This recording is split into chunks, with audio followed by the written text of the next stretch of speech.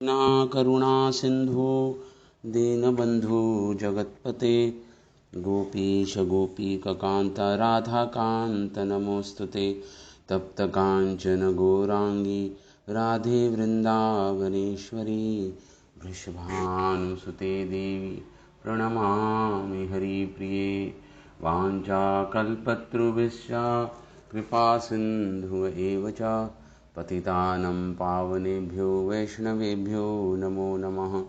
जय श्री कृष्ण चैतन्य प्रभु नित्यानंद श्री अद्वैत गदाधर श्रीवासादि गौर भक्तवृंद। हरे कृष्णा कृष्ण कृष्णा हरे हरे, हरे राम राम राम हरे हरे। उपदेशामृत श्लोक संख्या 7। स्यात् कृष्ण नाम चरितादिसिताप्य विद्या पित्तोपतप्त रसनस्य नरोचिकानु किंत्व अदारत अनुदीनं खलु सैव जुष्टा स्वाद्विक्रमात् भवति तद्गदमूलहन्त्री। कृष्ण का पवित्र नाम, चरित्र, लीलाएं तथा कार्यकलाप सभी मिश्री के समान आध्यात्मिक रूप से मधुर हैं। यद्यपि अविद्या रूपी पीलिया रोग से ग्रस्त रोगी की जीभ किसी भी मीठी वस्तु का स्वाद नहीं ले सकती, लेकिन ये आश्चर्य की बात है कि इन मधुर नामों का नित्य सावधानी पूर्वक कीर्तन करने से उसकी जीभ में प्राकृतिक स्वाद जागृत हो उठता है और उसका रोग धीरे धीरे समूल नष्ट हो जाता है। तो इस श्लोक में श्रील रूप गोस्वामी शब्द यूज कर रहे हैं आदर। आदर के साथ जो हरि नाम लेता रहता है, आदर के साथ और अनुदिनम प्रतिदिन, तो पुनः उसका रोग से मुक्त हो जाएगा। और जो स्वाद है, मधुर स्वाद है जो हरि नाम में, जो भक्ति के अनेक अंग हैं, पुनः उसका रसास्वादन कर पाएगा। तो हम चर्चा कर रहे थे आदर के साथ, यहाँ पे बात आती है आदर के साथ। तो आदर को समझने के लिए कि आदर का क्या अर्थ है, कि आदर के साथ जो हरि नाम लेगा या भक्ति के दूसरे अंगों का पालन करेगा, आदर का क्या अर्थ है, हम उस पर चर्चा कर रहे हैं। आदर वो है जिसमें अनादर ना हो। और अनादर क्या है? आदर को समझने के लिए अनादर समझना पड़ेगा ना। तो अनादर क्या है? वो है ये नाम के प्रति अपराध, या सेवा अपराध या नाम अपराध, ये सब अनादर हैं। और इसको अपराध की संख्या दे रखी है, अपराध ही है ये। अनादर करना मतलब अपराध। तो हम 5वें नाम अपराध में थे, तथा अर्थवादो हरि नाम निकल्पनम। 5वां नाम अपराध है अर्थवाद। तो हमने लास्ट क्लास में चर्चा की थी अर्थवाद क्या है। मैं थोड़ा शायद टेक्निकल था, मैं थोड़ा सा इसको दोबारा रिकैप्चुलेट कर देता हूँ। अर्थवाद का क्या अर्थ है? तथा अर्थवादो, हमने ये चर्चा की थी कि वेदों में कहीं वाक्य हैं, एक वाक्य हैं जिसमें जो रिकमेंडेड हैं, जो डूज हैं, जिसे करने के लिए बोला है वेदों में। दूसरे वाक्य हैं जिसको मना किया है, जिसके बारे में निषेधात्मक वाक्य हैं, वो निषेधात्मक वाक्य हैं, वो उनको मना किया है शास्त्रों में करने के लिए। तो और तीसरे प्रकार के वाक्य हैं वेदों में जिसे अर्थवाद बोलते हैं। अर्थवाद डायरेक्टली नहीं बोला शास्त्रों में कि भाई ये करो। एक वाक्य तो है जो करना है, दूसरे वाक्य हैं वेदों में जो नहीं करना। एक विधियात्मक वाक्य हैं, विधि बताई है। एक में निषेधात्मक वाक्य हैं जिसको मना किया है करने को। और तीसरे प्रकार के वाक्य हैं वेदों में जिसे बोलते हैं अर्थवाद वाक्य। डायरेक्टली ना तो बोला है ना नहीं करने को बोला है, डायरेक्टली नहीं बोला, इनडायरेक्टली बोल दिया। उसे बोलते हैं अर्थवाद। बस इतनी बात है। इनडायरेक्टली बोला है, डायरेक्टली नहीं बोला। अब इनडायरेक्टली कैसे बोला है? या तो किसी वाक्य में किसी की स्तुति की गई है, या किसी वाक्य में किन्हीं वाक्यों में वेदों के निंदा की गई है। तो जिनकी स्तुति गई है तो इनडायरेक्टली वेद बोल रहे हैं वो करना है, जिनकी स्तुति की गई है। डायरेक्टली नहीं बोला, लेकिन उसकी स्तुति की गई है तो इनडायरेक्टली बोल दिया, करना है वो। ऐसे किन्हीं वाक्यों में निंदा की गई है तो डायरेक्टली ना नहीं किया, नहीं करने को नहीं बोला, उसकी निंदा की है। तो इंटरप्रिटेशन ये निकाल सकते हैं, उसका अर्थ ये निकाल सकते हैं कि भाई मना किया है उसको करने के लिए, इसलिए निंदा किया गया है शास्त्रों में, वेदों में। तो उसको बोलते हैं अर्थवाद। ना डायरेक्टली स्तुति करने को बोला है, ना डायरेक्टली निंदा करने को बोला है, सॉरी, ना डायरेक्टली करने को बोला, ना करने को बोला है। तो अर्थवाद का मुख्य 3 पॉइंट्स आए थे कि अर्थवाद वेदों का संबंध डायरेक्टली वेदों के वाक्यों से है, वेद वाक्य, शास्त्रों के वाक्य से है, पहली बात। दूसरा, ये या तो किसी की स्तुति करते हैं, ये जो अर्थवाद है वाक्य, या तो किसी की स्तुति करते हैं या निंदा करते हैं, दूसरा पॉइंट।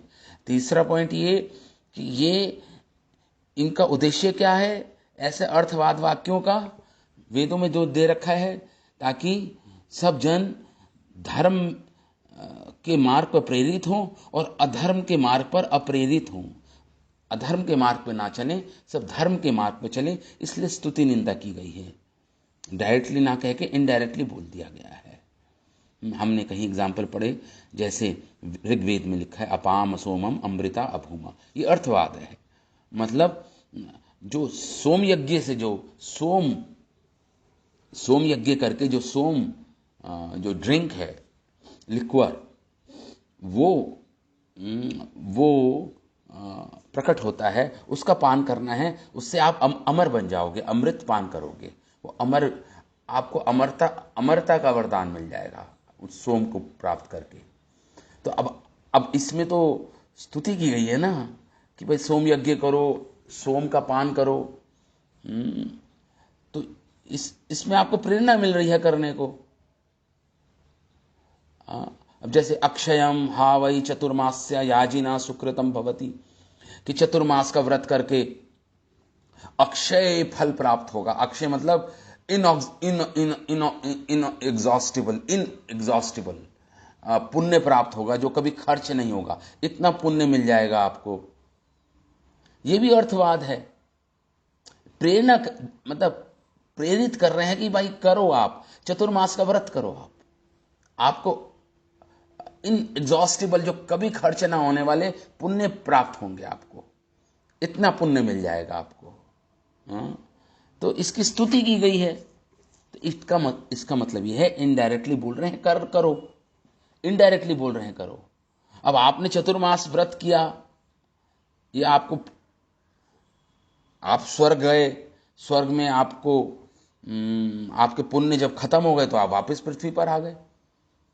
तो आपने कंप्लेंट की कि भी आपने तो कहा था कि चतुर्मास का व्रत करने से पुण्य, अक्षय पुण्य अर्जित होंगे, मतलब इनएग्जॉस्टिबल, कभी खर्च नहीं होने वाले पुण्य एकत्रित होंगे, तो मेरे पुण्य खत्म कैसे हो गए?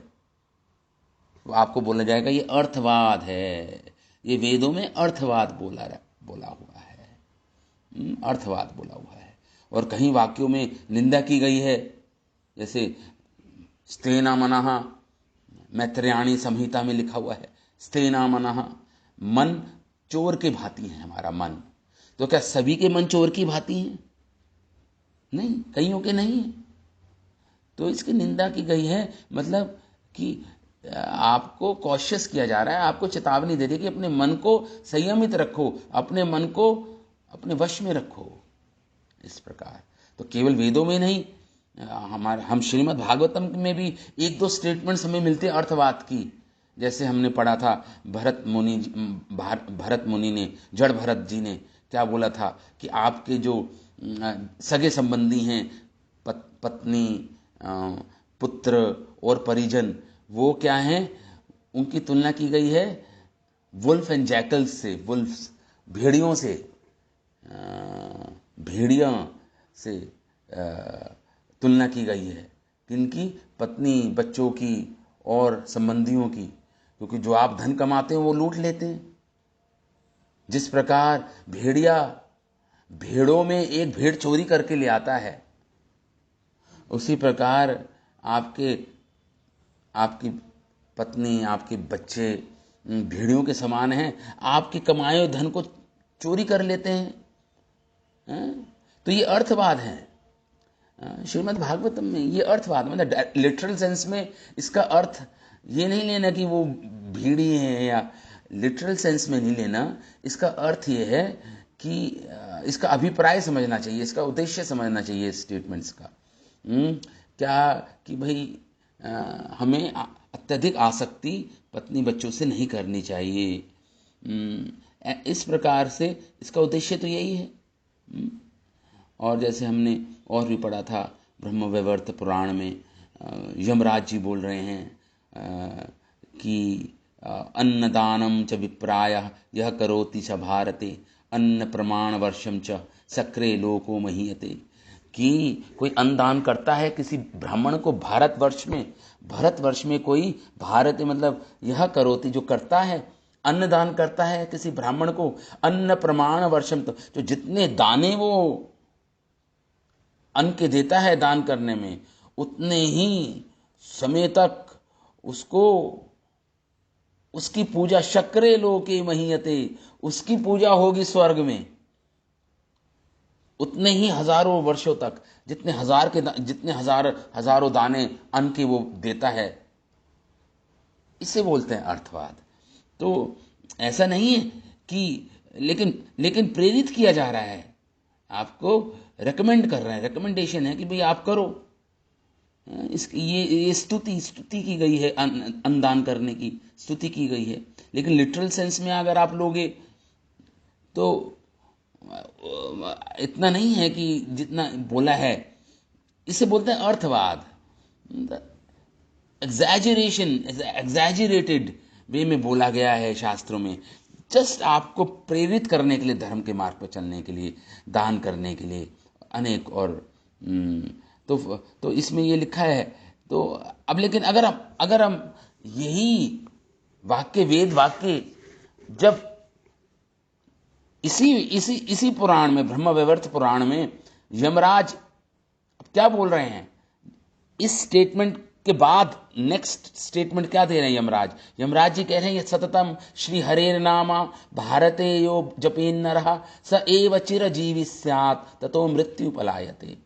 जो सतत भगवान श्री हरि का नाम लेता है, भगवान कृष्ण का नाम लेता है, भारतवर्ष में जप करता है जो नर, स एव चिरजीवी, वो चिरजीवी बन जाता है, उससे मृत्यु पलायन हो जाती है, मृत्यु भाग जाती है, हम उस भक्त के पास फटकती नहीं है। तो इसका क्या अर्थ है? ये भी क्या अर्थवाद है? ये भी क्या एग्जैजरेटेड स्टेटमेंट है वेदों में या पुराणों में? नहीं, क्योंकि हमने यही चर्चा की थी कि जब भगवान का नाम, भगवान के गुण, भगवान की लीलाएं, भगवान से संबंधित कोई भी वाक्य हैं वेदों में, वो अर्थवाद नहीं है, वो एग्जैजरेशन नहीं है। तो क्या है वो? जैसे इसमें लिखा है, कोई सतत नाम ले, या कोई एक बार भी नाम ले भगवान का, उसको मुक्ति प्राप्त हो जाती है। जो सतत नाम ले वो चिरजीवी अमर बन जाता है, वो मृत्यु वहां से पलायन हो जाती है। तो इन वाक्यों को कैसे समझे फिर हम? ये एग्जैजरेशन नहीं है, सत्य वाक्य हैं। ये अर्थवाद नहीं है, ये अर्थवाद नहीं है, क्योंकि भगवान से संबंधित है। और भगवान की कोई भी वस्तु, भगवान से संबंधित कोई भी वस्तु इस लोक की नहीं होती, आध्यात्मिक जगत की होती है। ये जो अर्थवाद है ये। लेकिन एक शंका, जैसे भागवतम में अजामिल का किस्सा आता है, हाँ, कि उसको आखिरी समय नारायण बोलने से ही दूत ले गए, विष्णु दूत, तो वो भी हमें कई बार एग्जैजरेशन, एग्जैक्टली। तो भी अर्थवाद है क्या? नहीं, ये अर्थवाद नहीं है। मैं वही समझा रहा हूं, ये अर्थवाद नहीं है। ये अर्थवाद नहीं है। ये अर्थवाद इसलिए नहीं है क्योंकि भगवान से नाम से संबंधित है, और भगवान का नाम इस संसार के नियमों से नहीं बांध सकते आप। भगवान को लिमिटेड सीमित नहीं कर सकते भगवान के नाम को, क्योंकि जैसे भगवान अनंत है, भगवान का नाम, भगवान की लीलाएं सब इनफाइनाइट हैं, सब आध्यात्मिक धरातल आधार है, आधार पे है, तो ये नहीं कर सकते। तो इसका क्या अर्थ हो, जैसे आपने बताया कि भाई उसको तो आपको ये समझना पड़ेगा, भागवत में लिखा है अजामिल उसके बाद हरिद्वार गए, अजामिल उसके बाद हरिद्वार गए, उनको हरे कृष्ण महामंत्र मिला, और वो जाके वहां पे हरिद्वार में उन्होंने साधना की, अजामिल ने साधना की हरिद्वार में, और फिर दोबारा पुनः वही विष्णुदूत लेने आए उनको, और वैकुंठ धाम चले गए वो। उनको एक चांस मिला, उनको बताया गया कि आप अभी अपवित्र है आपका मन, आप साधना करो, तो साधना करने गए वो हरिद्वार में, और वही विष्णुदूतों को लेने आए हैं पुनः इसी जीवन में, वो भगवत धाम चले गए। तो ये जो स्टेटमेंट्स हैं शास्त्रों की, जैसे हमने मुसलमान का एग्जाम्पल पढ़ा, उसने हराम बोला, उसको मुक्ति मिल गई। हराम धर्मष्टा हतो मलेच्छो हारामेति पुनः पुनः, हराम बोला उसने, सुबर, जंगली सुबर उसके पीछे पड़ गया, ये भी हमने चर्चा की थी। तो उक्त्वा मुक्तिम अवाप्नोति किम पुनः श्रद्धया गृह्णन्, तो उसको एक बार हराम बोलने से, वो भी डायरेक्टली नहीं बोला, जैसे अजामिल ने डायरेक्टली नहीं अपने नारायण को, अपने पुत्र को बुला रहा था, ऐसे ही ये हराम बोल, सुबर मुसलमानों के लिए हराम है, तो हराम बोला उसने, उसको मुक्ति मिल गई। उक्त्वा मुक्तिम अवाप्नोति, शास्त्र ऐसा बोल रहे हैं, चैतन्य चरितमिता में श्लोक आता है, किम पुनः, हाँ, ऐसे ही इस मलेच्छ का नाम भाव नहीं है, राम लेने का नाम, राम का नाम लेने का भाव नहीं है, लेकिन हाँ रामेति हराम बोल रहा है, तो उसमें राम शब्द आ गया। अजामिल ने तो जब भी नारायण बोला, ये तो हराम बोल रहा है, तो राम शब्द आ गया इसमें। तो किस प्रकार इसको समझेंगे, हमारे आचार्य लिखते हैं किस प्रकार समझेंगे इस बात को। जैसे पद्म पुराण में लिखा है कि कोई एक बार भी कोई हरि नाम ले ले, अक्षर द्वयम बद्धा परिक्रस्तेना मोक्षाय, वो मोक्ष को गमन कर जाता है, मोक्ष को प्राप्त कर लेता है। तो इसको कैसे समझेंगे, हमारे आचार्य श्री जीव गोस्वामी इसको एक्सप्लेन कर रहे हैं, कह रहे हैं तत्रा योग्यताम लब्ध्वा आरंभ भवति अर्था। इसका अर्थ ये हो गया कि उसकी भगवान की ओर यात्रा आरंभ हो गई। ये इन स्टेटमेंट्स का ये अर्थ है, ये सत्य वाक्य हैं, लेकिन इसमें कोई एग्जैजरेशन नहीं, क्योंकि अर्थवाद नहीं है, क्योंकि भगवान से संबंधित है।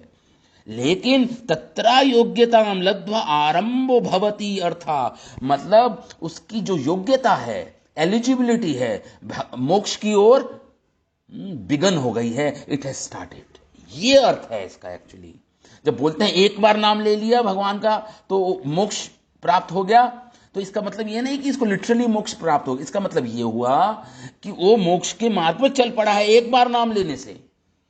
जैसे हम किसी लंबी यात्रा के लिए जाते हैं तो कपड़ा बांध लेते हैं कमर पे, या अपनी स्लीव्स ऊपर करके, अपनी जो शर्ट की जो स्लीव्स है ऊपर करते हैं, कोई हम स्टर्नस काम करने जा रहे हैं जिसमें कठोर परिश्रम है, या लंबी यात्रा के लिए जा रहे हैं, हम अपनी स्लीव्स ऊपर कर लेते हैं। इसका यही अर्थ हो, मतलब एक उदाहरण के रूप में मैं आपको बता रहा हूं कि उसके अंदर योग्यता आ गई है, वो लब्ध्वा आरंभ भवति, उसने आरंभ शुरू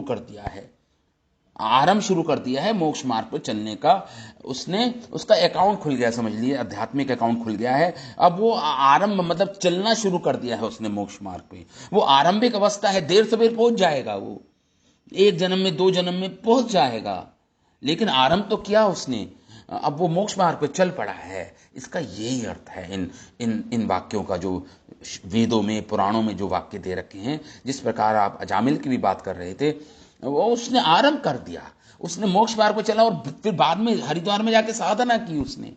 इसलिए हमारे जीव गोस्वामी जो हमारे आचार्य जन हैं बता रहे हैं कि चल पड़ा है। जिस प्रकार एक और एग्जाम्पल, जिस प्रकार हम घर से बाहर निकलें, हमें जाना है किसी विदेश यात्रा के लिए, हम निकल गए, तो कोई आप अभी निकले ही हो, 5-10 मिनट हुए आपको निकले हुए, घर से बाहर निकल गए, आप विदेश यात्रा के लिए आप एयरपोर्ट जा रहे हो, कोई आपके घर आया तो पूछा आपकी धर्मपत्नी से कि कहाँ गए हैं, तो वो बोल देंगे वो विदेश चले गए, वो विदेश चले गए। तो अभी विदेश पहुंचे नहीं हैं, अभी विदेश पहुंचे नहीं हैं, अभी तो एयरपोर्ट पे हैं।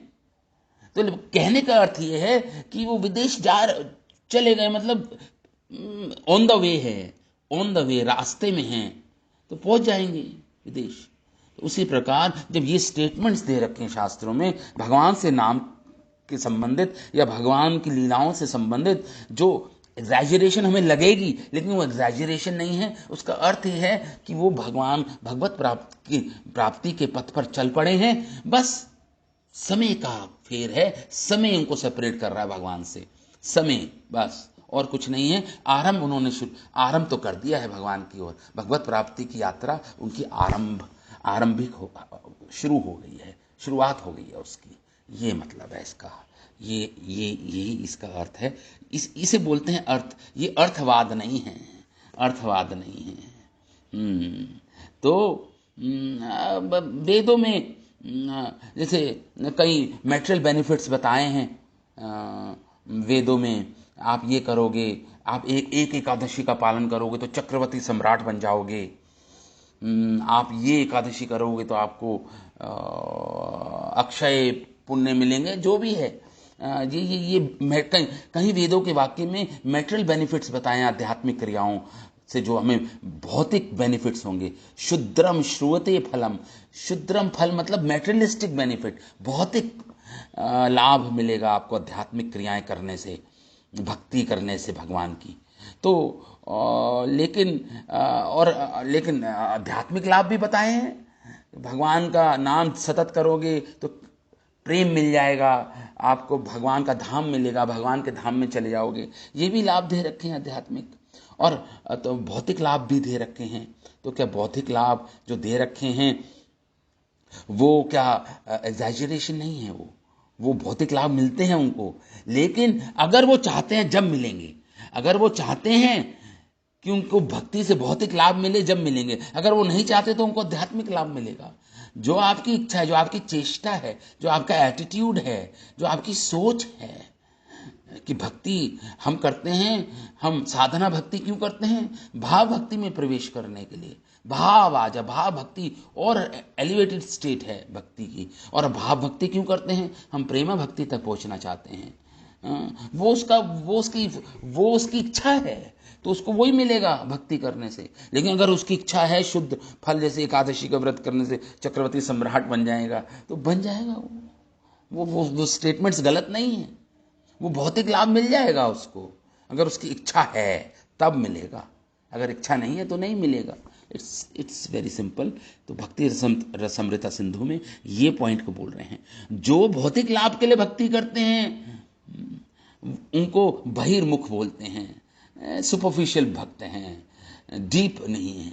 और जो आध्यात्मिक लाभ के लिए किंतु मुख्यम फलम रति, जो रति भगवान से प्रेम के लिए जो भक्ति करते हैं उनको मुख्य फल मिलेगा, मतलब उनको स्पिरिचुअल गेन होगा उससे, स्पिरिचुअल लाभ, आध्यात्मिक लाभ होगा उससे। तो इस प्रकार ये हमारा जो पांचवा नाम अपराध है कि अर्थवाद, नाम के प्रति बस सब सब्सटेंस यही है, सार यही है इस अपराध का, कि भाई हमें भगवान के नाम में जो स्टेटमेंट्स वो अर्थवाद नहीं है।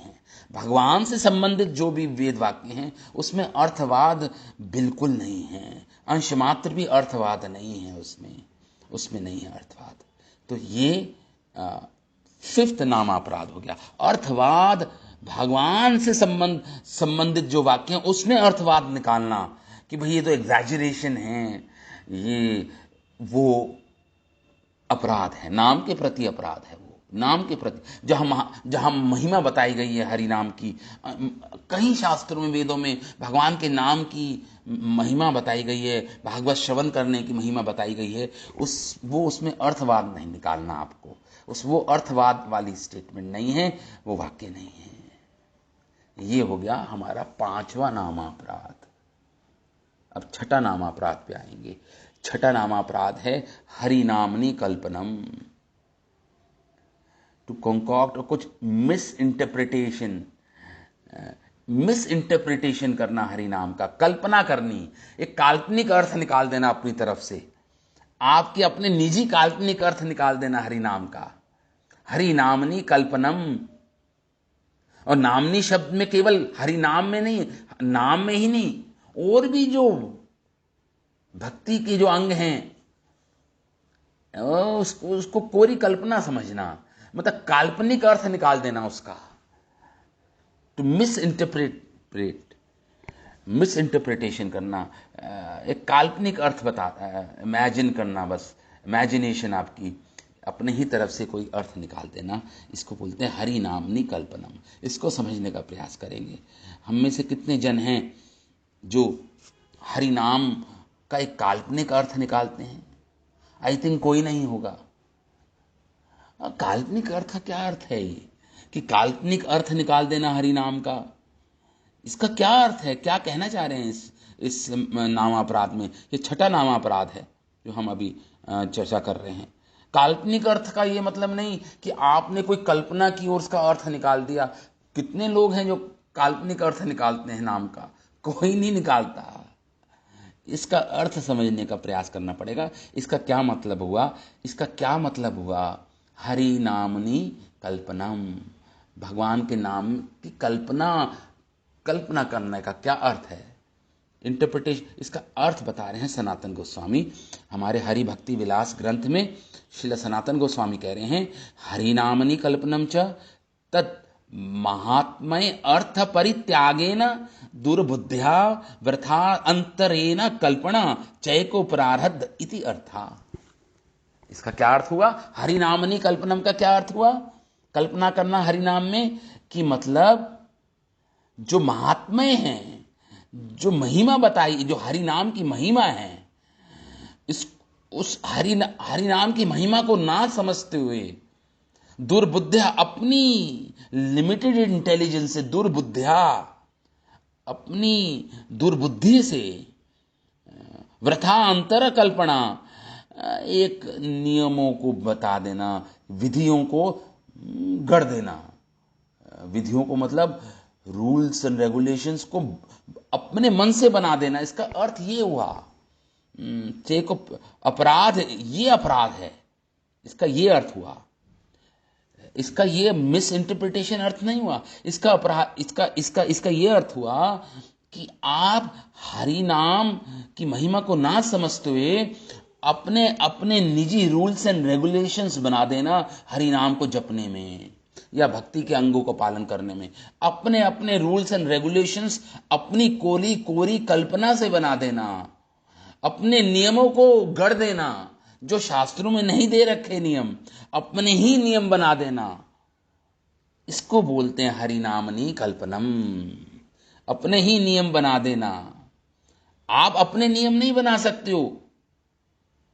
अब जब तो वो इसका जो छठा नामापराध है, इसका ये अर्थ हुआ, अपने ही नियम विधि विधान नहीं बना सकते, जो शास्त्र में दे रखा है उसको फॉलो करना होगा। आप जैसे सुबह ब्रह्म मुहूर्त के समय ही उठ के हरि नाम करना है, ये आपने शास्त्रों में कहा, शास्त्रों में रिकमेंडेशन दे रखी है, लेकिन ये नियम नहीं बनाया। जो ब्रह्म मुहूर्त में उठ के नाम नहीं ले रहा, इसका मतलब ये थोड़ा ना उसको भगवत प्राप्ति नहीं होगी, उसको फल नहीं मिलेगा, नाम का मिलेगा। तो ये अपने ही तरफ से विधि विधानों को गढ़ लेना, कल्पना करना, इसे बोलते हैं हरि नामनी कल्पनम। हरि नामनी कल्पनम, ये छठा नामापराध है और इसी की चर्चा करेंगे हम। छठे नामापराध की और चर्चा करेंगे हम अभी। तो क्योंकि देखिए, महाप्रभु शिक्षाष्टकम में 8 जो श्लोक महाप्रभु ने रचे, उसमें एक आता है तत्रार्पिता नियमिता स्मरेण काला। भगवान के नाम में कोई नियम नहीं है। तत्रार्पिता नियमिता, ना, और ना तो समय का नियम है, ना काल का नियम है, ना कोई जगह का नियम है। नाम में कोई नियम नहीं है। किसी भी अवस्था में, किसी भी जगह, किसी भी परिस्थिति में आप हरि नाम ले सकते हैं। कोई रूल्स एंड रेगुलेशंस हरि नाम के प्रति तो नहीं बताए हैं। तत्रार्पिता नियमित स्मरेण कालः। आप इसको रूल्स एंड रेगुलेशन में फ्रेम नहीं कर सकते कि जब भी आप स्मरण करेंगे, जब आप या नॉर्थ की दिशा में बैठेंगे, या आप बिल्कुल स्नान करने के बाद ही बैठेंगे, या आप शौचालय में नहीं जप कर सकते, अपवित्र जगह है, टॉयलेट में नहीं कर सकते, ऐसा नहीं दे रखा कुछ भी। हरि नाम में आप किसी भी समय, किसी भी अवस्था में, किसी पवित्र अपवित्र वा सर्वावस्थागतोपि वा या स्मरेत पुंडरीकाक्ष। आप हर जगह, हर समय भगवान का नाम, भगवान का स्मरण कर सकते हैं, चाहे वो पवित्र हो अवस्था हो या अपवित्र अवस्था, उसमें हरि नाम को आप सीमित नहीं कर सकते इन रूल्स एंड रेगुलेशंस में। तो अब जैसे बताया कि भाई सुबह सुबह जपना है, ऐसा कुछ नियम दे नहीं रखे, रिकमेंडेशन जरूर हैं, इट इज बेटर, क्योंकि सुबह का समय सतोगुणी समय होता है, वो समय शांत समय होता है, उसमें आपका नाम ज्यादा अच्छा लगेगा हरि नाम में। लेकिन आप ये नहीं कह सकते कि जो ब्रह्म मुहूर्त के समय नहीं जपेगा, बाद में जपेगा 16 माला या जो भी रिकमेंडेड माला उसके गुरु ने दे रखी है, तो जब ही उसको फल मिलेगा या जब ही वो भगवत प्राप्ति कर पाएगा। ऐसे रूल्स एंड रेगुलेशंस आप नहीं बाधित कर सकते, हरि नाम को बाधित नहीं कर सकते, बंधन नहीं कर सकते हरि नाम का इन रूल्स एंड रेगुलेशंस में। इसलिए हरि भक्ति विलास में लिखा है, न देश नियमस तस्मिन। भगवान के नाम में कोई देश का नियम नहीं है, न काला नियमस तथा, न किसी काल का नियम है, न उच्चिष्ट आदौ निषेध वस्तु, न पवित्र और अपवित्र का विचार किया गया है। इसमें कोई रिस्ट्रिक्शन नहीं है। इवर इन द प्रभु जी, अगर जैसे आपने कहा टॉयलेट में भी हरि नाम लेने की निषेध नहीं है, तो फिर शुचिता का क्या रूल रहा? हाँ, तो शुचिता रिकमेंडेड है, ठीक है। आप जैसे एक चैतन्य महाप्रभु के, जब चैतन्य महाप्रभु थे जगन्नाथपुरी में, एक छोटा सा बच्चा था, उसका नाम था गोपाल। वो महाप्रभु के साथ सेवा में रहता था, गोपाल नाम था उसका। तो एक भक्त देखा, क्योंकि इतनी उसको प्रैक्टिस हो गई थी, अभ्यास हो गया था हरि नाम का, कि उसका जब वो शौचालय भी जाता था, टॉयलेट में भी, तो वो उसकी जीवा रुकती नहीं थी, सतत कृष्ण का नाम लेती थी। तो वो क्या करता था, कभी कभी भक्त अपनी जीवा को पकड़ लेता था कि नहीं, मैं तो शौचालय में, टॉयलेट में नाम नहीं जप सकता, ये तो भगवान का पवित्र नाम है, नहीं जप कर सकता। तो जब गोपाल ने देखा एक बार कि वो अपनी जीवा को पकड़ा हुआ है, उसने बोला ये बात कि भगवान का नाम, आप भगवान के नाम में कोई देश, कोई काल, कोई परिस्थिति, कोई स्थान का कोई नियम बंधन नहीं है। आप अंदर भी जप कर सकते हो, स्मरण कर सकते हो, जब भी सकते हो, ऐसा बोला वो। तो जब महाप्रभु को पता चला ऐसा बोला, तो महाप्रभु ने उसका नाम गोपाल नहीं, गोपाल गुरु कर दिया। 7 साल का बालक था बस, केवल उसको गुरु की उपाधि दे दी महाप्रभु ने, गोपाल गुरु नाम से वो महान प्रसिद्ध वैष्णव हुए बाद में। तो इसका अर्थ ये हुआ कि ठीक है, अगर आपका स्थान प्रेरित करता है आपका नाम जप करने में, आपका मंदिर, ऐसे देखो मंदिर क्यों जाते हैं, मंदिर में भगवान विराजित होते हैं, एक आपको प्रेरणा मिलती है और दूसरों को भक्ति करते हुए देखते हैं। जैसे जब हम MBBS कर रहे थे, हम लाइब्रेरी में जाके पढ़ते थे। लाइब्रेरी में क्यों जाके पढ़ते थे? कमरे में पढ़ाई नहीं होती थी, लाइब्रेरी में इसलिए जाते थे क्योंकि प्रेरणा मिलती थी कि सब पढ़ रहे हैं, हम भी पढ़ रहे हैं, वो ऐसा एनवायरमेंट है।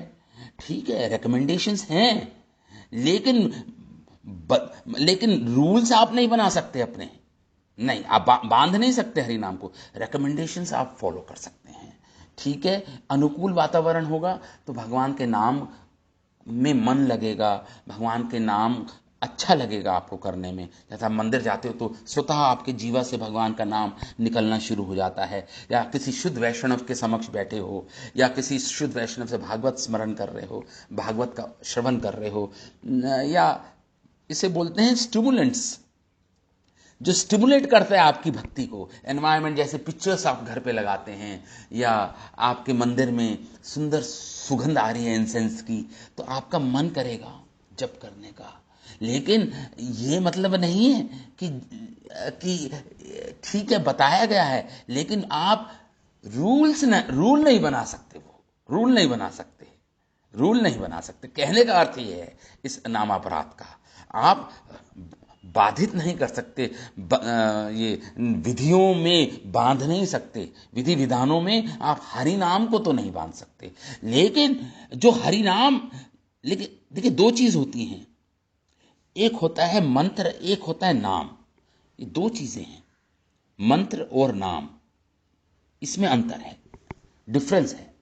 मंत्र में रूल्स एंड रेगुलेशंस हैं, जिसमें शब्द आता है ओम क्लीम श्रोम कृष्णाय, ओम शब्द आता है, इसमें रूल्स एंड रेगुलेशंस हैं। इसमें रूल्स एंड रेगुलेशंस हैं। ये जो इंकैंटेशंस होती हैं, मंत्र होते हैं, जैसे गायत्री मंत्र है, ओम भूर्भुवः स्वः तत्सवितुर्वरेण्यम, तो इसमें रूल्स एंड रेगुलेशंस हैं। पवित्र अवस्था में होना चाहिए, उचित स्थान पे होना चाहिए, बहुत रूल्स एंड रेगुलेशंस हैं। लेकिन भगवान के नाम में नहीं है। यहाँ पे कहने का अर्थ ये है, भगवान के नाम में वो आप थोप नहीं सकते रूल्स एंड रेगुलेशंस जो मंत्र में है। मंत्र में शिला भक्ति सिद्धांत सरस्वती ठाकुर महाराज की स्टेटमेंट है चैतन्य भागवत में। शिला भक्ति सिद्धांत सरस्वती ठाकुर हमारे महान आचार्य लिख रहे हैं, शिला प्रभुपाद जी के गुरु, वो लिख रहे हैं, any mantra that start with bija mantra and ends in fourth dative case, मतलब जैसे कृष्णाय, ओम शिवाय, शिवाय, तो ये जो डेटिव केस बोलते हैं इसको, तो and should not be chanted loudly, इसको जोर से नहीं पढ़ सकते, आप नहीं पढ़ सकते इन मंत्रों को। बट लेकिन नाम भगवान का आप जोर से जप कर सकते हो, जोर से पढ़ सकते हो, कीर्तन कर सकते हो नाम का, हरि हराय नमः कृष्ण यादवाय नमः। भगवान के नाम में ये रूल्स एंड रेगुलेशंस नहीं है, ये आप कर सकते हो। तो प्रश्न ये उठता है कि ये जो हरे कृष्ण महामंत्र है, जैसे एक मैं एग्जाम्पल ही ले रहा हूँ, जो हम जप करते हैं, हरे कृष्ण कृष्ण कृष्ण हरे हरे, हरे राम राम राम हरे हरे, ये भी तो हम इसको महामंत्र बोलते हैं, हम इसको महामंत्र बोलते हैं, ये महामंत्र है ना। हाँ महामंत्र है। कहाँ से आपको मिला ये महामंत्र? ये कली संतरणा उपनिषद का महामंत्र है। कली संतरणा उपनिषद में ये महामंत्र बताया गया है, ये हरे कृष्ण महामंत्र। ये ब्रह्मा जी अपने पुत्र नारद जी को कह रहे हैं, ये महामंत्र सिखा रहे हैं, और उसको महामंत्र बोला। तो नारद जी ने जब ये सुना, ये महामंत्र 16 अक्षर का, हरे कृष्ण कृष्ण कृष्ण हरे हरे, हरे राम राम राम हरे हरे, जब महामंत्र जब नारद जी ने पूछा, इसके पुनः नारद प्रपच्छा, जब ब्रह्मा जी ने अपने पुत्र नारद जी को ये मंत्र दिया, इति षोडश का नाम कली कलमशा नाशनम, ये 16 अक्षर का मंत्र मैं देता हूं नारद तुम्हें, तुम इसका जप करो। विशेषतः कलयुग में, विशेषतः कलयुग में सारे कलयुग के अशुद्धियों को नाश कर देगा ये मंत्र। तो नारद जी पूछते हैं अपने पिता ब्रह्मा जी से, पिताजी ये बताइए, पुनः नारद प्रपच्छा, दोबारा पूछते हैं नारद मुनि, भगवान कोस्या विधि, विधि क्या है? भगवान ब्रह्मा को कह रहे हैं, ब्रह्मा जी, भगवान ब्रह्मा को पूछते हैं नारद मुनि, कोस्या विधि, विधि क्या है, रूल्स क्या है, रेगुलेशंस क्या है इस 16 अक्षर के नाम जपने में? तामवाचा, नारद जी बोले, नास्य विधि रीति, इसमें कोई विधि नहीं है, नास्य विधि रीति। कली संतरणा उपनिषद में ही है ये संवाद, नारद, जहां से हमें ये श्लोक, ये 16 अक्षर का मंत्र मिला है, क्लियर है। ब्रह्मा जी कह रहे हैं नास्य विधि रीति, कोई विधि नहीं है, no rules for it. Brahma ji बोले नो रूल्स फॉर इट। ताम वाचा, तो मतलब विधि, तो ब्रह्मा जी का दूसरा नाम है विधि। तो जो ब्रह्मा जी जो विधि नहीं कह रहे, जो विधि नहीं कह रहा, तो हम कौन होते हैं विधि हम बनाने वाले? जब विधि नहीं बोल रहा, जब विधि विधि नहीं बोल रहा तो हम कौन होते हैं विधि बनाने वाले? ये इस कली संतना उपनिषद में ही है। तो इसलिए मंत्रों में विधि है, ये हरे कृष्ण महामंत्र में कोई विधि नहीं है। इसलिए शिला प्रभुपाद भी इस श्रीमद् भागवतम के एक लेक्चर में बोल रहे हैं कि भाई ठीक है, अब जैसे सांख्य है, जैसे कि हम प्रभुपाद ने हमें रेकमेंड किया है 16 माला जप करने की। रूप गोस्वामी, हरिदास ठाकुर ये तो 190 माला, 192 माला करते थे। तो वो उन्होंने अपने लिए निर्धारित किया था। लेकिन जैसे जीव गोस्वामी हैं और भी अनेक गोस्वामी हैं, ये कहीं ग्रंथ भी लिखते थे, इनको सेवा मिली थी ग्रंथ लिखने की, भक्ति ग्रंथ लिखने की, वेदों को पढ़ने की। तो इनको पर इतना समय नहीं होता था, तो वो अपनी थोड़ी संख्या कम कर लेते थे हरि नाम की। तो लेकिन आप ऐसा नहीं कह सकते, नहीं आपको तो जब तक 64 माला नहीं जपोगे, जब तक आपको भगवत प्राप्ति नहीं होगी। आप बांध नहीं सकते हरि नाम को। आप सांख्या, शिला प्रभुपाद ने हमें रेकमेंड किया है, कहा है। हम जब गुरु को जब दीक्षा होती है तो हम गुरु को प्रॉमिस करते हैं मिनिमम 16 माला करेंगे। तो वो प्रॉमिस जो गुरु को जो हमने प्रॉमिस किया है, तो ठीक है, वो तो करना ही है। लेकिन ये कहना कि कोई इतनी माला नहीं करेगा तो नहीं होगा उसको उसकी प्राप्ति, जो गुरु ने आपको बताया है उसको तो फॉलो करना है। बाकी आप संख्या को, सांख्यिक न्यूमेरिकल्स को भी आप बांध नहीं सकते हरिनाम को कि भाई इतनी ही माला करनी पड़ेगी। लेकिन जो गुरु ने बोला है वो नियम है, वो तो आपको फॉलो करना होगा, क्योंकि गुरु को आपने प्रॉमिस किया है। अगर गुरु कहे 4 माला करो रोज, तो आपने गुरु को प्रॉमिस किया कि मैं 4 माला रोज करूंगा, तो वो तो फॉलो करना है। लेकिन हरिनाम नहीं बनता उससे, विधि विधानों में न से विधि, कोई विधि नहीं है हरि नाम में, नहीं है, मंत्रों में है, जिसमें ओम क्लीम श्रोम शब्द आता है, उनमें आप जोर से नहीं बोल सकते, मन में ही बोलना पड़ता है गायत्री मंत्र को। आपको जोर से नहीं बोल सकते आप गायत्री मंत्र।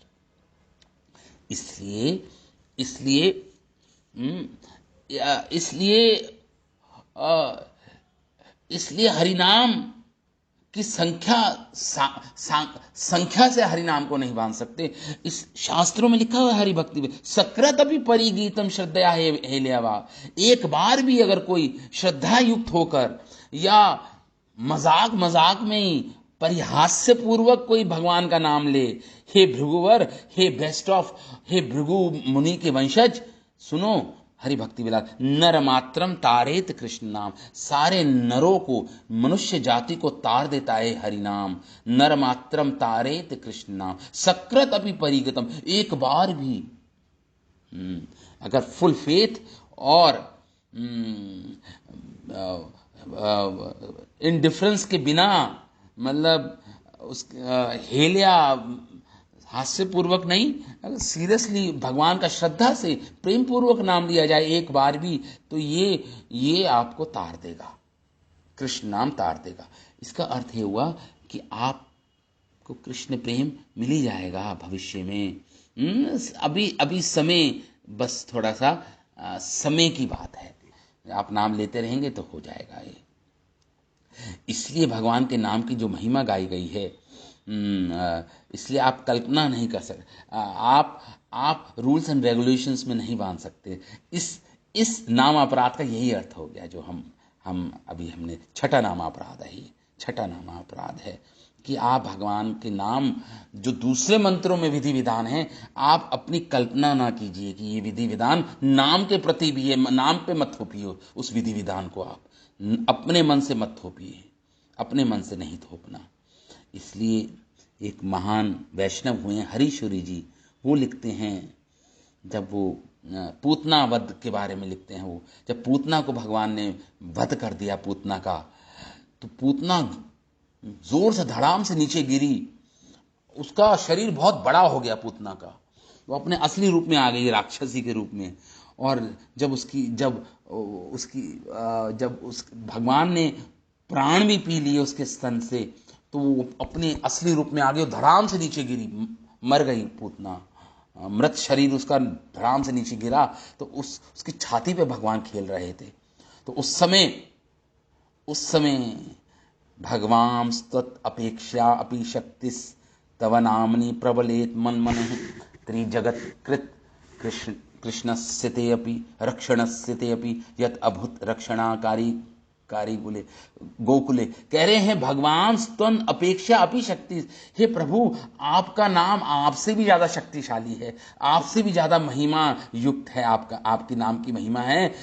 जब आपकी रक्षा के लिए, जो आप संसार की रक्षा करते हो, आपकी रक्षा के लिए गोकुलवासी जो ब्रजवासी थे वो नाम जप रहे थे भगवान विष्णु का, आप ही का नाम जप रहे थे, आपकी रक्षा करने के लिए आपका ही नाम जप रहे थे।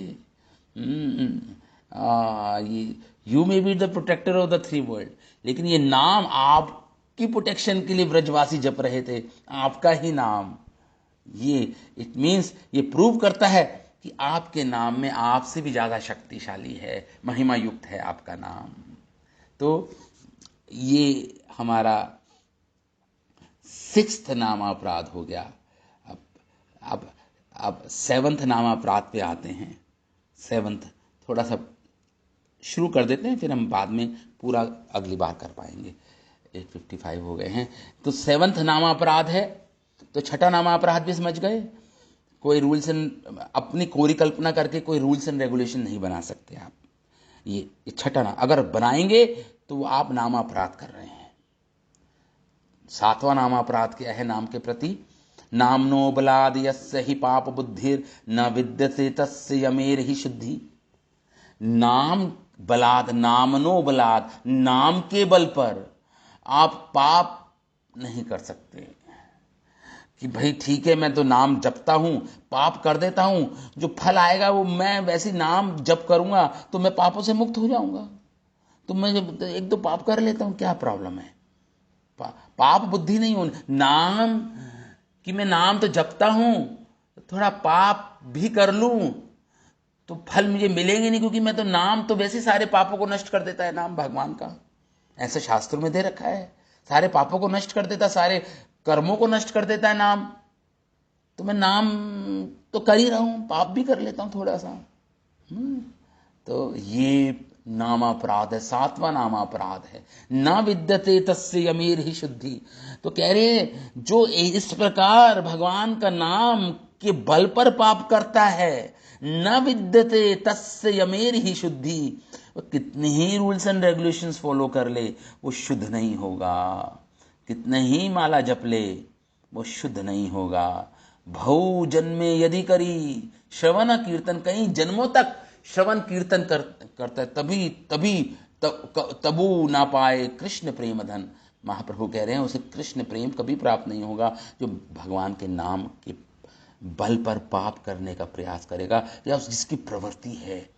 नामनो बलाद यस्य ही पाप बुद्धिर, जिसकी इंक्लिनेशन है पाप करने की। किसमें? फॉरबिडन एक्ट्स जो शास्त्र में दे रखे हैं, और on the strength of chanting the holy name, भगवान के नाम की बल पर पाप करने की। तो कितने ही विधि विधानों का पालन कर ले वो कभी पवित्र नहीं होगा, कभी पवित्र नहीं होगा। तो यहाँ पे बोल रहे हैं नामनो बलाद यस्य ही पाप बुद्धि न विद्यते तस्य यमेर ही शुद्धि, वो शुद्धि नहीं। हमारे आचार्य बोल रहे हैं, श्री सनातन गोस्वामी, इस 7th नामापराध में कह रहे हैं नामनो बलाद मतलब नाम घृणेन पाप क्षयो भवेत, कि नाम से तो पाप क्षय हो जाएंगे। इति नाम प्रभाव जनेन पाप बुद्धिरपि किम पुनः प्रवृत्ति ही। कह रहे हैं बिल्कुल पाप करने की प्रवृत्ति नहीं होनी चाहिए, केवल सोचने मात्र से भी पाप नामापराध हो जाएगा। पाप करने की तो बात छोड़िए आप, अगर आपने सोचा भी ऐसे कि मैं भगवान के नाम के बल पर पाप करूंगा, केवल सोचने मात्र से, कह रहे हैं इति नाम प्रभाव ज्ञाने न पापे बुद्धिरपि। कह रहे हैं कि अपराध है knowing this effectiveness of नाम and thus having even a mental inclination। mental inclination भी है अगर आपकी, अभी आपने पाप किया नहीं है लेकिन प्रवृत्ति, एक विचार आ रहा है आपके मन में पाप करने का, प्रवृत्ति है आपकी पाप करने की, इवन इन माइंड। अगर आप सोच रहे हो कि भगवान के नाम का के बल पे मैं पाप करूंगा, वो भी अपराध है। सनातन गोस्वामी कह रहे हैं किम पुनः प्रवृत्ति, अरे असली की पाप करने की, तो असली में पाप करने की तो क्या बात कहें, मन में भी अगर आपने सोचा कि मैं भगवान के नाम के बल पर पाप करूंगा, वह भी नाम अपराध है। ये भी 7वां नाम अपराध है, 7वां नाम अपराध है ये। भगवान के नाम पे आप पाप नहीं कर सकते। केवल यहाँ पे नाम केवल नाम नहीं है, यहाँ पे भगवान के समक्ष जितनी भी भक्ति के अंग हैं, श्रवणम, कीर्तनम, विष्णु स्मरणम, भगवान भागवत कथा सुनना या गीता पढ़ना, गीता सुनना, और भी जो भक्ति के 64 अंग बताए हैं रूप गोस्वामी ने भक्त अमृता सिंधु में, कि मैं ठीक है, मैं सब तो भक्ति तो कर ही रहा हूँ, थोड़ा पाप भी कर देता हूँ ना साथ में, थोड़ा प्रवृत्ति है उसकी करने की, या मन में सोच रहा है भक्ति तो मेरी चल ही रही है, कर्म तो मेरे पाप कर्म तो नष्ट हो ही रहे हैं, थोड़ा भक्ति के अंगों का पालन तो मैं कर ही रहा हूँ सारे, केवल नाम ही नहीं, दूसरे भी भक्ति के जो अंग हैं, इसलिए नहीं कर सकते आप। नहीं, वो नामापराध है, बहुत बड़ा नामापराध है वो। मन में भी नहीं सोच सकते ये बात, आप करने की तो बात ही छोड़िए आप। इसलिए श्रील विश्वनाथ चक्रवर्ती ठाकुर महाराज बोल रहे हैं, माधुर्य कादम्बनी ग्रंथ में कह रहे हैं, नामनो बलाद यस्य ही पाप बुद्धिर इति तत्र नाम इति उपलक्षणम भक्ति मात्रस्यैव उपशम कस्यः। मतलब नाम जब बात आती है, जब जो 7वां जो नामापराध है कि नामनो बलाद यस्य ही पाप बुद्धि, नाम के बल पर पाप करना, तो केवल नाम शब्द यहाँ पे ये उपलक्षण है। उपलक्षण मतलब नाम में आ गया श्रवण भी, भक्ति के सारे अंग आ गए, भगवान की लीलाएं, भगवान के गुण, भगवान के परिजन जो भी हैं, पार्षद जन जो भी हैं, वो सब नाम में ही आ गए, समझ लीजिए। केवल नाम की बात नहीं हो रही यहाँ पे, भक्ति की कोई भी क्रियाओं की बात हो रही है, उसको आप उसके बल पे आप पाप करने का मत सोचिएगा। कि बुद्धि ये कह रहे हैं उपलक्षण है नाम, तो केवल बता रहे हैं कि उपलक्षण है, मतलब नाम कोई भी भक्ति के एक्ट हो, कोई भी भक्ति की क्रियाएं हो, उसके बल पे आप पाप नहीं कीजिए, ये यहाँ पे बताया जा रहा है। जिस प्रकार बताया है कि ताली बजाने से, जब हम भगवान के सामने कीर्तन में ताली बजाते हैं तो हमारे सारे पाप नष्ट हो जाते हैं, ताली बजाने से। जैसे शास्त्र में दे रखा है, जैसे हरि भक्ति बेलनापि तत्र, केवल नाम पे ही एप्लीकेबल नहीं है ये किसी भी भक्ति के अंग पर एप्लीकेबल है ये वाला नाम अपराध। नाम आया है, नामनो बलाद यस्य ही पाप बुद्धि, 7वां नाम अपराध है। हरि भक्ति बेलनापि तत्प्रवताव अपराधात च, केवल ये नाम पे नहीं है, यहाँ पे यही बोल रहे हैं, ये सारे भक्ति के अंगों पर, भक्ति रसमता सिंधु में रूप गोस्वामी कह रहे हैं, ये लागू होगा। बाध्यमानो अपि मद्भक्तो विषयर अजितेंद्रिय।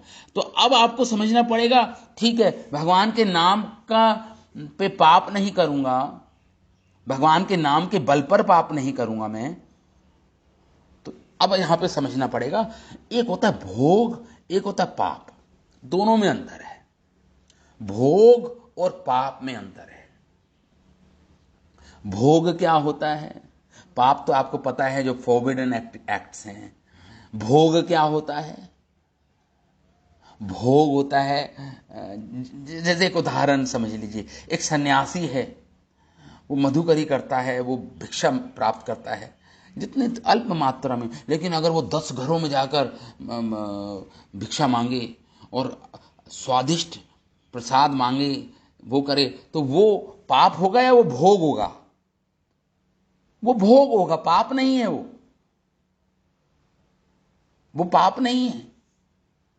जिस प्रकार अपनी भ्याता स्त्री से पर स्त्री गमन करना, वो पाप है, वो तो पाप है, लेकिन अपनी स्त्री के साथ भोग करना वो भोग हो गया, वो भोग हो गया। भोग और पाप में फर्क है, भोग और पाप में फर्क है। तो यहां पे भोगों की बात नहीं हो रही, यहाँ पे पापों की बात हो रही है। भोग, आप भोग भी मना किया है, लेकिन भोग कर वो नाम अपराध में नहीं आएगा, लेकिन वो नाम अपराध में तो नहीं आएगा। अगर कोई भक्त भोग कर रहा है कुछ, वो नाम अपराध में नहीं आएगा। क्योंकि भगवान श्रीमद् भागवतम में एक श्लोक बोल रहे हैं 11वें स्कंद में, बाध्यमानो अपनी मद भक्ता, अगर मेरा भक्त भोगों में बंधा हुआ है, भोग करता है, क्यों? विषय अजितेंद्रिय, क्योंकि उसने अपने इंद्रियों को नहीं जीता है, उसके कारण उसकी इंद्रिय चलायमान है, चंचल है, इसलिए भोग में प्रवृत्ति है उसकी, भोग करता है, पाप नहीं करता। यहाँ पे भगवान ने भोग की बात कर रहे हैं यहाँ पे, कि उसकी इंद्रियां अनियंत्रित हैं, उसके कारण वो भोग करता है, वो मेरा भक्त। बद्धमानो, बाध्य, बंध जाता है भोग से। बाध्यमानो अपनी मदभक्तो विषयेर अजितेंद्रिय, अजितेंद्रिया है, प्रायः पगल भया भक्त्या विषय नाभिभूयते, वो देर सवेर अपने भोग, अपनी इंद्रियों पे संयम प्राप्त कर ही लेगा। मेरी भक्ति के बल पे, मेरी भक्ति की से बल मिलेगा, मेरी कृपा से जो बल मिलेगा, मेरी भक्ति की कृपा से, जो भक्ति देवी की कृपा से जो बल मिलेगा, वो देर सवेर अपनी इंद्रियों को विषय ना विभूयते, देर सवेर अपनी इंद्रियों को वशीभूत कर ही लेगा, और फिर वो विषयों में नहीं बंधेगा। भगवान ने ये भोगों की बात की है यहाँ पे भोगों की बात की है यहाँ पे। तो अब जैसे गीता का एक श्लोक है, गीता में श्लोक में क्या भगवान बोल रहे हैं, 9वें अध्याय का 30वां श्लोक है, अपि चेत सुदुराचारः इति, अपि चेसु दुराचारो भजते माम अनन्य भाग। गीता ये श्लोक में भगवान ने बोला कि जो मेरे भक्त में अगर दुराचार भी दिखे ना, दुराचरण भी दिखे उसका, फिर भी उसको मेरा भक्त ही समझो, उसको साधु ही समझो। अब इसमें आप कहोगे तो भगवान कह रहे हैं कि भाई ठीक है, पाप भी करेगा तो वो उसको भक्ति समझना है, वो पाप भी करेगा, दुराचार भी करेगा, तो फिर भी मेरा भक्त समझना है उसको, वो मेरा भक्ति ही है, वो साधु ही मानना चाहिए उसको। इसको कैसे समझेंगे हम गीता के श्लोक को? इसका करेक्ट मीनिंग क्या है इस गीता के श्लोक का? अपि चेत्सु दुराचारो भजते माम अनन्य भाग, साधुरेव स मंतव्या सम्यक विवस्तो ही सा, उसको साधु मानो, मेरा मंतव्य है ये, भगवान कह रहे हैं अर्जुन को गीता में, भगवत गीता में बोल रहे हैं। तो दुराचार, हाँ, इसका अर्थ मैं बता देता हूँ बस जल्दी से। इसका करेक्ट मीनिंग क्या है? जब भगवान कह रहे हैं कि आप क्रिटिसाइज ना करो मेरे भक्त को, उसको वन पॉइंटेड, उसको मेरा भक्त ही मानो जो जो दुराचार कर रहा है। इसका मतलब भगवान का ये नहीं है कि प्रेरित कर रहा है आप भी दुराचार करो फिर भी आप मेरे भक्त हो, इसका ये अर्थ नहीं है भगवान का ये अर्थ नहीं है इसका। इसका असली अर्थ ये है, उसके नेक्स्ट वाला श्लोक में भगवान क्लियर कर रहे हैं इस बात को, क्षिप्रम भवति धर्मात्मा इति अंतरवाक्ये दुराचार। तो कह रहे हैं वो बहुत जल्दी, वो भवती धर्मात्मा शाश्वत शांति निगच्छति, उसको शाश्वत प्राप्ति प्राप्त होगी, वो धर्मात्मा बन जाएगा नियर फ्यूचर में, बहुत ही जल्दी। क्षिप्रम मतलब बहुत ही तुरंत, वो बहुत समय नहीं लगेगा, वो धर्मात्मा बन ही जाएगा। इसका मतलब ये हुआ कि उसकी पाप में प्रवृत्ति थी, पाप, लेकिन वो पाप करना नहीं चाहता था, पाप हो गया, एक्सीडेंटल फॉल डाउन, एक्सीडेंटल पाप हो गया, लेकिन कोई प्लानिंग नहीं की थी पाप करने की उसने, कि मैं नाम के बल पे पाप करूंगा। ये अर्थ नहीं था इसका, इस श्लोक का, कि आप भगवान कह रहे हैं पापी बन सकते हो फिर भी। भगवान कह रहे हैं बहुत जल्दी क्षिप्रम भवति धर्मा, वो धर्मात्मा बन जाएगा और वो शाश्वत शांति को प्राप्त करेगा वो जन। और उसकी जो जितने भी पाप पूर्ण प्रवृत्ति थी वो सब निकल जाएंगे उनके हृदय से, वो पाप पूर्ण प्रवृत्ति निकल जाएगी उसके हृदय से। मेरी भक्ति में लगा रहेगा, लगा रहने से उसकी सारी पाप पूर्ण टेंडेंसीज, दैट टेंडेंसीज, वो सब से वो मुक्त हो जाएगा, वो जल्दी ही परमात्मा बन जाएगा, धर्मात्मा बन जाएगा। धर्मात्मा क्षिप्रम, जल्दी ही क्षिप्रम भवति धर्मात्मा। कहने का अर्थ है कि भगवान का नाम से आपकी पापन प्रवृत्ति चली जाएंगी सारी हृदय से, अनर्थ चले जाएंगे हृदय से। लेकिन ये प्रेरणा नहीं मिल रही कि आप पाप पुण्य कार्य करते रहो फिर भी आप धर्मात्मक लाओगे, ऐसा नहीं है भगवान, ये नहीं बोल रहे हैं भगवान यहाँ पे। इसलिए ये समझना पड़ेगा। बाकी हम थोड़ा सा और ये 7वां नाम अपराध अगली क्लास में हम थोड़ा और डिस्कस कर लेंगे इसको, ठीक है। अभी हम यहाँ पे विराम देते हैं इस कथा को, अगली बार कल हम और डिस्कस करेंगे, पूरे 10 नाम अपराध हम पढ़ेंगे, फिर हमें समझ आएगा, फिर हम बहुत हम शुद्ध नाम किस स्तर पे आ पाएंगे। केवल समझने मात्र से बहुत फर्क पड़ जाता है, हमारी क्वालिटी ऑफ चैंटिंग बढ़ जाएगी, हमारी जो क्वालिटी है गुणात्मक दृष्टि से हमारी जो जप है, हमारी कीर्तन है, हमारा इम्प्रूव होगा, सुधार आएगा उसमें। ठीक है। शिल उपदेशामृत ग्रंथ की जय, शिल रूप गोस्वामी पाद की जय, शिल प्रभुपाद की जय, अनंत कोटि वैष्णव वृंद की जय। निताय गौर प्रेमानंदे। हरि हरि बोल। हरे कृष्ण हरे कृष्ण।